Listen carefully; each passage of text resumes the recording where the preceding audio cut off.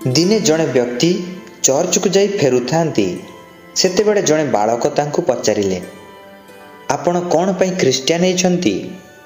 Christian हेबार कारण कौन? तेबे सही व्यक्ति जनक पिलाटीर प्रश्न शुणी टिके हसी दे स्नेह भरा चाहाणी दे तांकु उत्तर देले, मोर गोटे कहानी अछि। दिने जड़े पिता तार गोटे पुओ सहित रहुथिले एवं पुओर मध्य जड़े सांग थिला। आउ दिने से माने मिसी माछ धरिबा पई समुद्र को गले। माछ धरुथिबा समय रे एक विशाल तरंग आसी सेमानंक डंगा को धक्का मारिबा को लागिला। सही समय रे तार पुओ एवं पुओर सांग उभय डंगारू पड़ी जिबा को लागिले।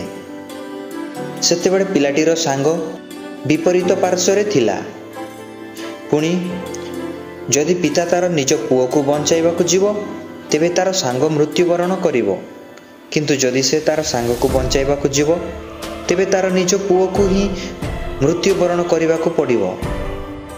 किंतु बापा जानिथिले जे तार पुओ जनक हेउचंती ख्रिस्टियान।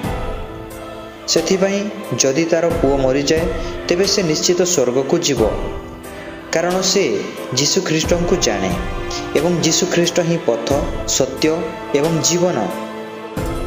आउ जदि तार सांग मरी जाए तेबे से नरक को जीवो, कारण से जीशु ख्रीष्ट को जाने नहीं, अर्थात से जड़े ख्रिस्टियान नुहे।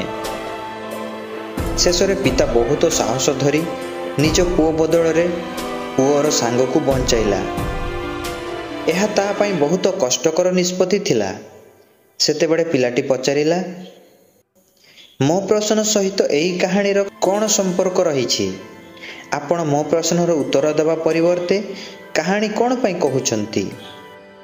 व्यक्ति जनक दीर्घ निश्वास नहीं अति स्नेहर सह कहिले, कारण मु ही सही व्यक्ति जनक जहाकू मो सांगर पिता बंचाई थिले।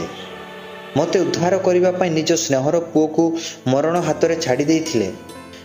आउ तांकरी पई आज मु बंचिछि। आउ मु जणे ख्रिस्टियान।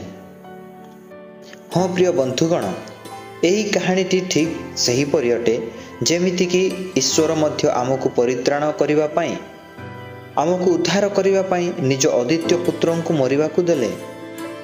से तांको पुत्रन को आम पई जंत्रणा भोगिबा को देले। ईश्वर जीशु ख्रीष्टन को मरिबा को देले केवल मो पई एवं आपणक पई। पवित्र शास्त्र कहे जहन 3 अध्याय तार 16 पदरे लेखा अछि, कारण ईश्वर जगत को एडे प्रेम कले जे से आपण अद्वितीय पुत्रन को दान कले, जेपरि जे केही ताहांक ठारे विश्वास करे से विनष्ट न होई अनंत जीवन प्राप्त हुए। प्रभु ईश्वरंकर महिमा हो, गौरव प्रशंसा हो। धन्यवाद।